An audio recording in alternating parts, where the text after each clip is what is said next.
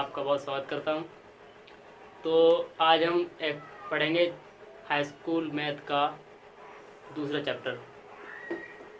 इस चैप्टर का नाम है बहुपद।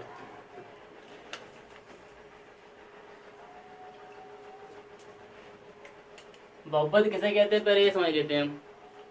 बहुपद कहते हैं बीजगणित में धन और ऋण चिन्हों के संबंध कई पदों की बीजगणित में धन और ऋण चिन्हों के संबंध में बीजगणितीय व्यंजक को बहुपद कहते हैं। जैसे 2a + b ये हमारा एक बहुपद है, इसमें एक प्लस चिन्ह आ गया है।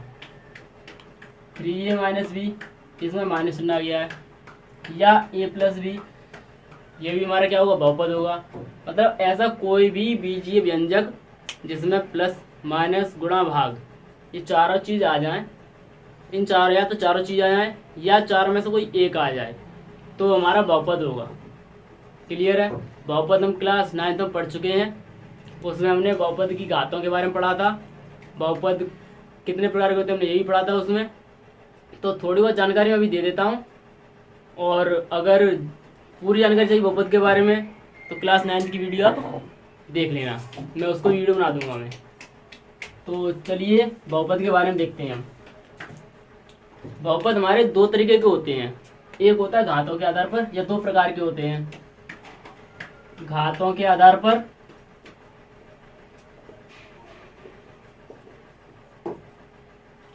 और दूसरा होता है हमारा पदों के आधार पर।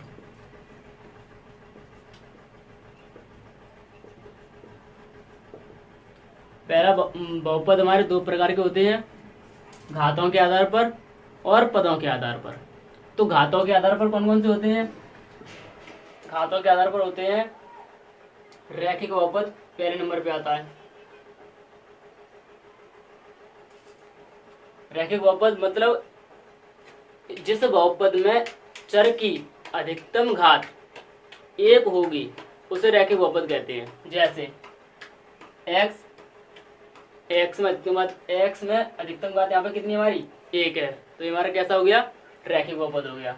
हम बोल सकते हैं 0x² + x, ये भी हमारा क्या है, एक रैखिक बहुपद है, क्योंकि इसमें 0 × x² कर देंगे 0 होगा, क्या बचा हमारा केवल x, तो ये हमारा कैसा है, रैखिक बहुपद है।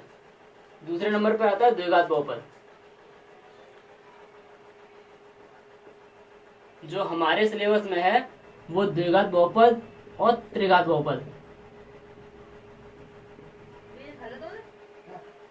ये दो है।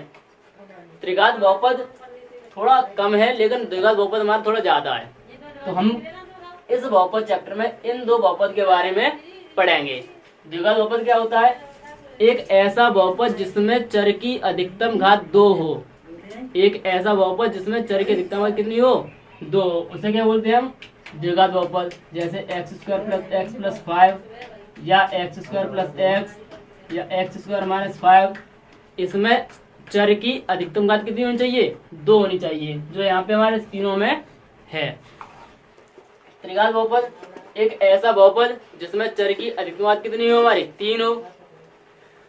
x³ + 5x + 2, x³ + 5x² + 9x - 2, ऐसे बहुत सारे एग्जाम्पल मिल जाएंगे आप लोगों को। तो रैखिक बहुपद घातों के आधार पर 3 काफी है, वैसे चतुर्घाती बहुपद और होता है, ऐसे कई सारे निकलते रहते हैं। हम अब आते हैं पदों के आधार पर। पदों के आधार पर पहले होता है हमारा शून्य बहुपद। शून्य बहुपद एक ऐसा बहुपद जिसमें पदों की संख्या कितनी हो, शून्य, वो क्या होगा, शून्य बहुपद। जैसे 0x², इसमें पद है कुछ नहीं है, कहीं 0 है, तो ये कैसा हो गया, हमारा शून्य बहुपद हो गया। दूसरा आएगा हमारा एक पदी बहुपद।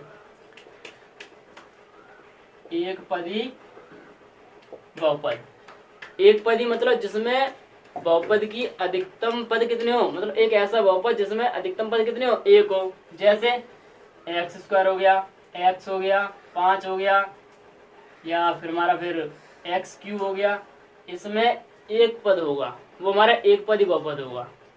तीसरा आता है हमारा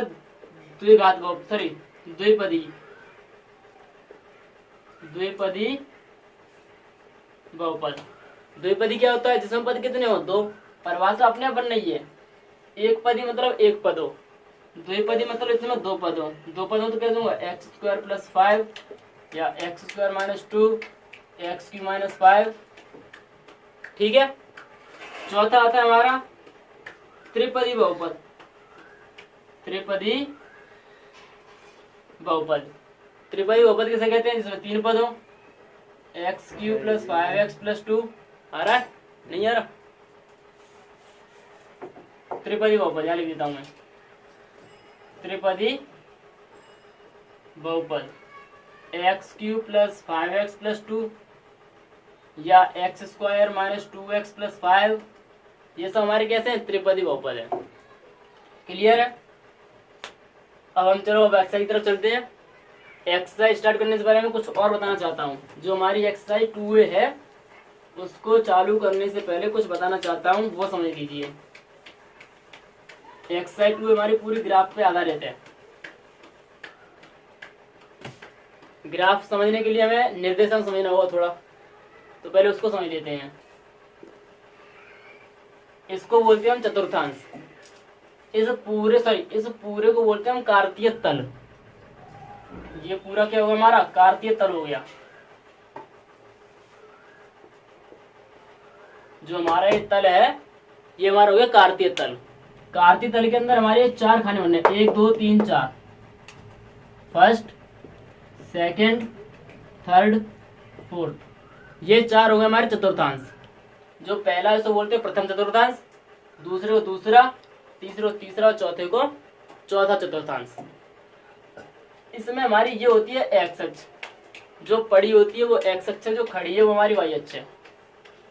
या ऐसे बोले गणित की भाषा में, जो ऊर्ध्वाधर है वो वाई अक्ष है और जो क्षैतिज है वो एक्स अक्ष है। तो अगर हम सीधे हाथ की तरफ बढ़ेंगे तो हमेशा प्लस की तरफ जाएंगे, और उल्टे हाथ की तरफ बढ़ेंगे तो माइनस की तरफ जाएंगे। तो ये हो गया माइनस की एक्स अक्ष। अगर हम ऊपर जाएंगे तो प्लस में जाएंगे और नीचे जाएंगे तो किस में जाएंगे? माइनस में। तो ये हो गया माइनस के वाई अक्ष। अब जैसे मैंने कहा, मैं यहां से स्टार्ट किया, ये होता है हमारा मूल बिंदु। मूल बिंदु के निर्देशांक होते हैं हमारे 0,0। निर्देशांक के बारे में 7वां चैप्टर आएगा, उसको पढ़ाऊंगा मैं, शायद 7वां ही है। तो इसमें मुझे क्या सिखाना वो समझ लो, थोड़ी बहुत जानकारी ले लो। जैसे मैं यहां से चला, मैं चला केवल एक्स अक्ष पे, यहाँ पे आ गया। मैं यहाँ पे कुछ पॉइंट ले रहा हूँ, यहाँ पे मान चलो ये 1 2 3 4 और ये 5 पॉइंट पे आ गया। मैंने मान लो 5 किलोमीटर दूरी तय की क्षैतिज में। तो क्या मैंने वाई पे कोई दूरी तय की? इधर चला मैं? नहीं चला। तो जब मैं वाई पे नहीं चला हूं तो मैं ऐसे बोल सकता हूं कि एक्स अक्ष पर वाई का मान कितना होगा? 0 या 0 होगा। एक्स अक्ष पर वाई का मान कितना होगा हमारा? 0 होगा। कैसे? क्योंकि मैं देखो एक्स अक्ष पे चला केवल, वाई अक्ष पे बिल्कुल ही चला नहीं हूँ। जब वाई अक्ष में मैं बिल्कुल चला नहीं हूँ तो वाई अक्ष की वैल्यू क्या आएगी? 0 आएगी मेरी। तो मैं यहाँ पे कहेगा एक्स अक्ष पर वाई का मान कितना होगा हमारा? 0। अब मैं बोल रहा हूँ कि मैं केवल किधर चला? मैं चला केवल ऊपर, यहाँ से चला मैं, या ऊपर मान लो या नीचे मान लो, कहीं भी चला मैं, ऊपर या नीचे। अगर मैं ऊपर जाऊँ तो किस पे चलूंगा? केवल वाई अक्ष पे, एक्स अक्ष पे चलूंगा नहीं है। तो यार लिखूंगा मैं वाई अक्ष पर एक्स का मान 0 या 0 होता है। क्लियर है? ये 2 पॉइंट नोट कर लेना, और मैं इनकी पीडीएफ बना के भी दे दूंगा। जो कुछ मैंने पढ़ाया अभी तक उसकी पीडीएफ मिल जाएगी आपको डिस्क्रिप्शन में। पहला पॉइंट है एक्स अक्ष पर वाई का मान 0 होगा, दूसरा है वाई अक्ष पर एक्स का मान 0 होगा। अब हम एक्सरसाइज की तरफ चलते हैं।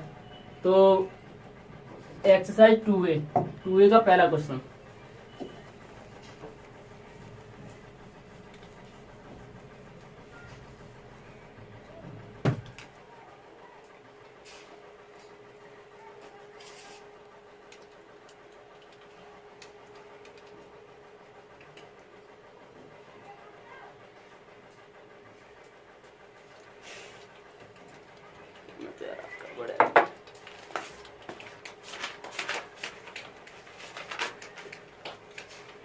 पहला क्वेश्चन है, किसी बहुपद fx के लिए y बराबर fx दे रखा है, y बराबर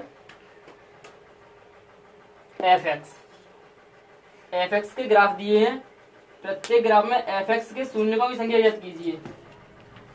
प्रत्येक ग्राफ में fx के शून्यकों की संख्या ज्ञात कीजिए। हमें fx के शून्यकों की संख्या ज्ञात करनी है। पहला ग्राफ आ रहा होगा आपकी स्क्रीन पे, ठीक है।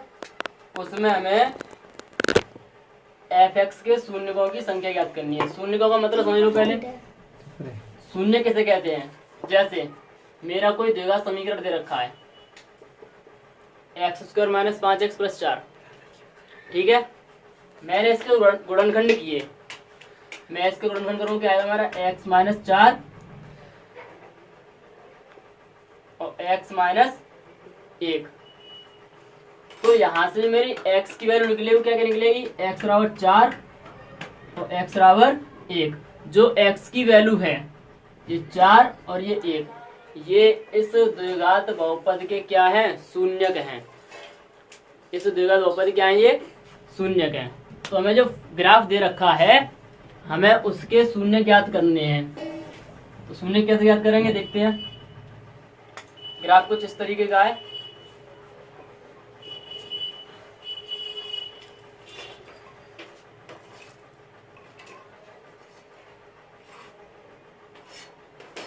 ये वही x डैश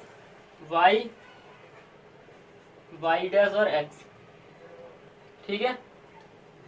हमें इसमें शून्य को भी संख्या याद करनी है। तो fx के लिए याद करनी है। फलन कौन सा हमारा, fx, मतलब फलन जो हमारा x में है। तो x पे देखेंगे हम यहाँ पे कितनी जगह काट रहा है। ये जो हमारा ये ग्राफ है, ये वाली रखी है, ये x अक्ष को कितनी जगह पर काट रहा है। ये x अक्ष को कितनी काट रहा है, केवल कितनी जगह पे, बिंदी बना लो, कितनी जगह पे, केवल एक जगह पे। तो यहाँ पे शून्यकों की संख्या कितनी हो जाएगी हमारी, शून्यकों की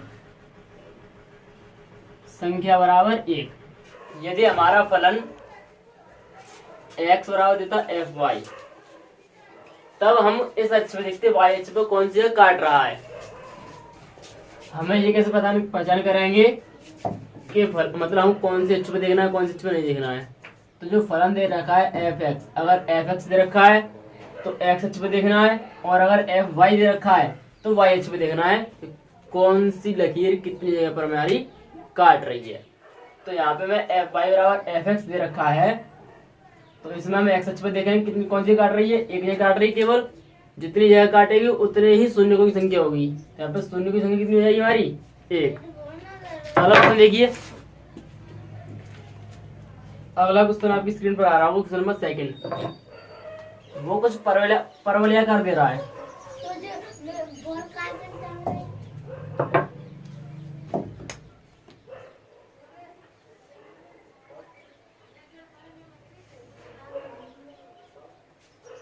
ये x डैश y और y डैश,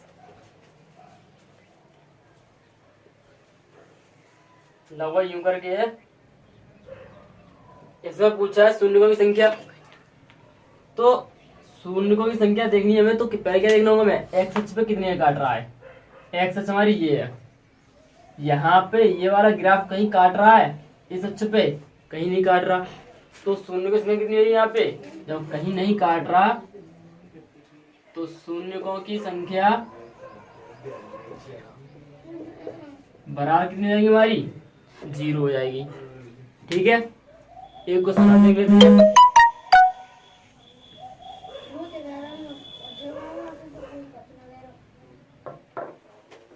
अगला क्वेश्चन,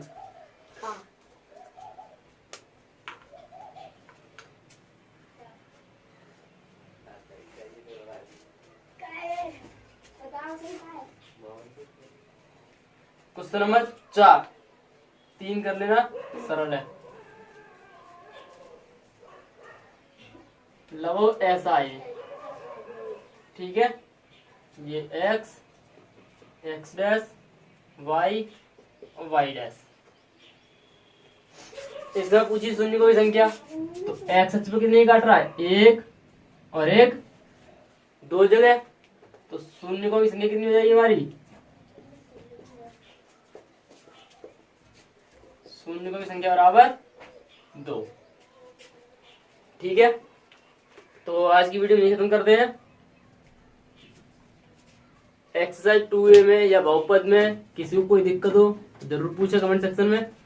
और जो भी मैंने पढ़ाया था अभी, जो भी परिभाषा थी वो मैं डिस्क्रिप्शन लिंक में दे दूंगा, किसी को समझ में ना आई तो वहां से याद कर ले। धन्यवाद।